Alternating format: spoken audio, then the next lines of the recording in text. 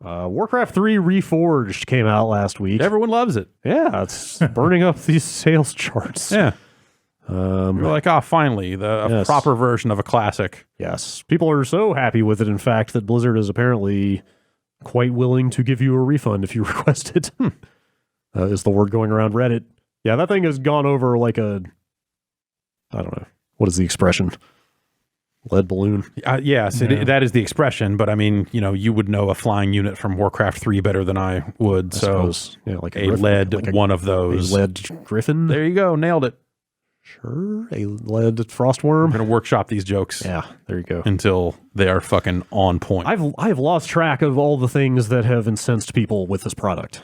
No, in all honesty, there are things about it I actually didn't even know about that, like, unless you were deep into specific aspects of that community. Okay. Like the fact that, and this is like far down the list, but so they merged the communities, they merged the clients. Like even if you own the old game, you have to download this new client and use it now because they're rolling everybody up into this new online infrastructure. Yeah. And they just straight up wiped a bunch of stuff that was associated with the old version of the game.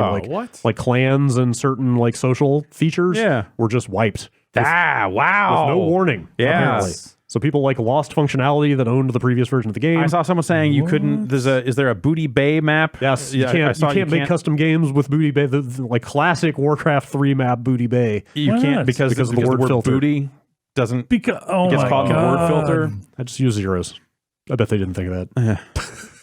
Got him. I don't know. I played through the whole human campaign in this. There's 4 campaigns in the original release. So I played through like a fourth of the single player. Shit. And I mean, to me, like I booted it up. It came out late. It came out actually like right around the time this podcast was ending last week. And I went home that night and fired it up. And I hadn't kept up with the development since they announced it like over a year prior. And my first reaction was just like, did they not do much to this? Like just the kind of snap reaction. Like the first time I loaded up a map was like, this doesn't look that much better than I remember the original game. And like, sure enough, people are super pissed that what they showed at the original BlizzCon, they announced this at, like, looked way, way more dressed up. Oh, really? And elaborate than what it actually ended up being in the final product. Like, they were pitching, like, we're gonna do, like, way more dynamic camera angles in the cutscenes. We're gonna be, like, low to the ground. Because they did, one of the things they did do is make much nicer looking character models. Okay. Which, in an RTS, you don't really see unless you zoom all the way in. But they were pitching that as, like, we're gonna do, like, more dynamic camera work with these better models and, like, kind of make these classic scenes much more dramatic. None of that is in the final game. What? It's just kind of the same old like static overhead camera angles on these like kind of bland exchanges of dialogue. I think that most of the touched up map graphics don't look that great. Like the character models do look better, but it's just not. That's not enough. It's not the kind of like loving upgrade to this like hallowed game that you would have hoped for. Yeah, exactly. Well, then it also came with like a bunch of like modern legal shit. Yeah, there's all when this Warcraft stuff. 3 came out, it was a very different time for mods and all this other stuff. And now like a lot of classic mods that maybe used other IP or mods that became IP after the fact. Like they're claiming they're going to police that stuff way harder. Yeah. Which you saying that they merged clients makes me wonder if like a bunch of like mods and classic things that people would have played in original Warcraft 3 are now just dead. I don't know. Because like the I didn't read the actual legalese, but apparently they own anything you make with the map tools now. Right. But yeah, I don't know how that affects old stuff that was made previously. But even without the ownership, like if they're going to like people removing stuff like from use, because it is Dragon Ball oriented or whatever the fuck, they're policing that stuff in the way that modern user generated content is policed, which I get it, but yeah, that's my question, I guess, is like, does bringing those clients together and policing it, does that actually ruin functionality, like even more functionality from Warcraft 3, or suddenly like, oh, these mods, you can't use them anymore? I don't know. Like, I think custom maps still work. They did remove support for custom campaigns, which I've never used, but people certainly were not thrilled about that. I mean, there's a ton of stuff. There's a bunch of like bad UI issues. Like the post-match stat stuff is broken, which in a competitive RTS seems like a pretty big oversight. It's just a lot of little stuff that have added up. All right, we're going to go around the room here. Count down. What year, let's say, do you think the company will rename itself to just Activision from Activision Blizzard. You're talking about the bigger company, not overall, not the division of Blizzard. Yeah, there'll still be a division called Blizzard. Right. The same way there's a division called Treyarch. Right. But the corporate entity that piggybacked on the reputation of Blizzard. Yeah. Like at assuming its name. Yes. At what point do they fucking punch out and go like, well, we milked everything we could out of this. All the people left. So after they came in, took the name, destroyed the culture, wrung it dry of value. Hey, that's how buyouts work. And then, well, this wasn't even a buyout. This was more of you're like right. Yeah, it was kind of. This is more of a like an unfortunate circumstance of just corporate ownership changing hands. Yeah. Give me a year. Every single time Activision does something bad, I see people going like, why did Blizzard sell out? And I always go back to the Blizzard Wikipedia page and confirm that they sold out before they were even called Blizzard. Yeah. When they were still called Silicon and Synapse in the 90s, they sold out to like, Davidson and Associates or something like that. Yeah. And they've been owned by a corporate parent since like before they got big. Yeah, so that's right. This was all like Vivendi oriented. So they ended up at Vivendi, and then Vivendi, what happened? They divested out of games and sold all the stuff off. I guess that's Activision. I think that's right. Got it? Yeah. Is that what it was? Yeah. Point being, like, it's like Blizzard didn't just make the decision one day to get in bed with Activision. Like that was they've passed between ownership for a long time. Mm-hmm. Yeah, I don't know. 2024. Yeah. Okay. 22. Yeah. Whoa. When's the next Diablo coming out? I don't know if they gave a date. I don't think they did. Or they might have said it was this year. Oh, wow. I mean, it's always like a when it's done situation with them, right? Mm-hmm. Yeah. I thought at BlizzCon they said that they were pretty early on in it, even though that seems weird for a game they almost announced a year prior. Oh, yeah. Release date has not been announced. Yeah. So, who knows? That could be a next-gen game. That comes out in 2022. Everything else just fizzles out. I feel like it mostly depends on what else happens with the rest of Activision, right?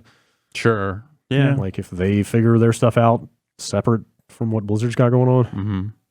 I don't know. I don't know. What do you think? I think 2022 is actually like a pretty solid. That sounds maybe. Sure. I'm thinking, like, they'll get a couple releases out, do more stuff with Diablo, and then I don't know. Overwatch 2 is still happening. Yeah, the Blizzard name will continue to mean something to some number of people, but all that, but like the Blizzard that you think of as Blizzard as a separate entity, all those people left, like, right? I mean, there's or a lot of the people that would be the like defenders of that era of Blizzard, like the names. Yeah, most of them, like the Morheim and Rob Pardo and Chris Metzen and all the names you heard about back in like the 90s when the RTSs were huge. So gone. Now you look at it and Blizzard is this thing that's like, okay, why is Call of Duty under a separate partners tab? Why are we being weird about this when it's all the same company? And at some point, there's no one left to fight that fight, right? And it's all just there. Makes me wonder if that's why it's if that ended up. Well, no, they couldn't have known then how things would go for Blizzard. I feel like, but like remember they were getting rid of the BattleNet name, right? And then they were like, no, it's like. Oh, wait, that's a good name. That's a really good name that we've been using for 20 plus years. Yeah, we should hang on to that. It's a really good name. It was a really good name for like here's the Destiny launcher. Here's the Call of Duty on PC there, and like all that stuff. Like, it's just I don't know. Yeah. Anyway, they put out a statement. Dated was this? Yeah, this was yesterday. Kind of standard. We hear you. Type stuff. Mm-hmm. They talk about updates that are coming, but it's mostly like real nuts and bolts fixes for some of those like UI bugs and sort of matchmaking and online and like infrastructure stuff. Like it just feels like there's fundamental things about the nature of it that are like not what it maybe could have been. Yeah, but they address the content stuff. As we talked about last year at BlizzCon, and to be fair, maybe they did talk about this. They're talking sure. They're talking about the BlizzCon that was like 3 months ago, and maybe this did get discussed and nobody paid attention. But they say, as we talked about last year at BlizzCon, we did not want the in-game cutscenes to steer too far from the original game. We went a little deeper into the thought process behind that at the show, but the main takeaway is that the campaigns tell one of the classic stories in Warcraft history, and we want to preserve the true spirit of Warcraft III and allow players to relive those unforgettable moments as they were. albeit rebuilt with new animations and the higher fidelity art. I was going to say, then why do it at all? Right, like, totally. You know, totally. Especially when you pitched it as this way more ambitious thing. And you look at things like look at what they did with Halo, those anniversary editions of toggling back and forth. Yeah. Like, you know, hey, give people a choice between classic and modern cutscenes. Totally. Like, what you are could we very doing easily here? have included the originals with a toggle if you had wanted to. That just sounds like, you know, coming up with an excuse for cutting the scope or budget or whatever of this thing. Who knows? And they outsourced it. Like was it done in house? I've seen that said. I don't know. I've seen some people say it was just some of the art that was outsourced, which that's very typical. But also that's a big chunk of what's new with this. Oh, sure. I don't know. It's just I liked Warcraft 3 quite a bit back in the day, and this is just kind of depressing to see because I really hope for more. All that said, like, I kind of still want to play through the rest of it. I guess I'll wait until some of these patches come down now that they're saying they're going to do something to it, but I don't know. They're offering refunds. Yeah. That's a big deal. Sounds like some people on Reddit are saying they played it for a good number of hours and still didn't get any pushback when they asked for a refund. Sorry about your game, Brad. Yeah. That sucks. Yeah. Also, playing that game is a weird reminder of, like, it's like right on the cusp of before production values really started mattering in games. Does that make sense? Yeah. Like because they kept all the original dialogue and like, there are spoken lines, there are like speaking parts in that game that are like, that really does not sound like a professional voice actor. That is totally a member of the accounting or development team, isn't it? You know, like even Arthas, it's just got this like weirdly like flat delivery on everything. Yeah. Like it feels like a game from before the time when like, like cinematics and it's like, if we put a little more effort and money into this, we get exponentially better results. Right. Yeah. Yeah. It feels almost like a weird artifact in some ways.